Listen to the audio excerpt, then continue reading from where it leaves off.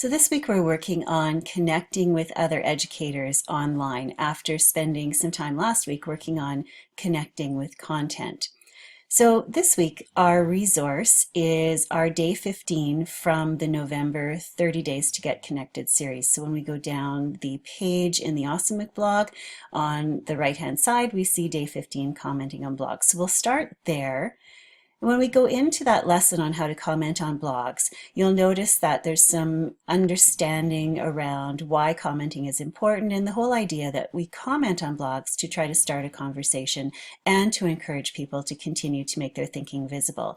I love this image of effective comments that was put together by students. When we look at that a little bit deeper, I love some of the comments like, make sure you read the other comments first so that you're not being repetitive. It's okay to be funny. You can critique, but remember to allow for other opinions, be positive, be concise, be respectful. Just a great number of ideas to think about as you start to comment on people's blogs. When you go down to the very bottom of the resource, you'll notice that we've put in a link to teaching quality commenting skills. If you go to that link, there is a video, and I just want to share with you a small portion of the video where a student gives us some great insight into making comments. I think a really big part of blogging is commenting, because that's one way that you can actually start a conversation with the person who owns the blog.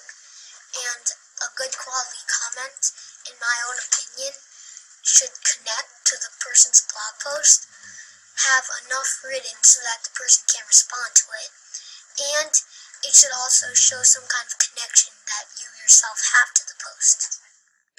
So some great advice from students on how to make comments. So where do we go to make comments on blogs? Well, you'll notice in the resource that we've included a link to Comments for Kids, which is a site that supports a number of student blogs to point you in the right direction and give you some ideas of the kinds of things that you can comment on. Of course, we've also included in today's lesson a link to Kathy Cassidy's blog, where you can see a number of primary learners have their blogs linked on the right hand side of the page. Certainly Karen Lierenman's class makes their learning visible through their primary blogs as well. And then I thought, well, where else could we go to do some commenting? So I put that out on Twitter to see who would be responding to this morning, and Brian Aspinall shared with us where his blog is, and also Justin from Pennsylvania shared with us where his blog was as well, and there's Brian's response. So let's have a quick look there. And we see that Brian keeps a classroom blog here, so it's worth looking at what's happening in his classroom, and you can make comments on that learning. And this is a fascinating blog where he's taking every day and reflecting on his practice, and it's a great model for learning, always learning more about what we're doing in our classrooms. Certainly, Aviva Dunzinger makes all of the learning in her classroom very visible, and it's a ton of fun just to go in and read what these grade 1 students are doing, and certainly she loves feedback on that as well.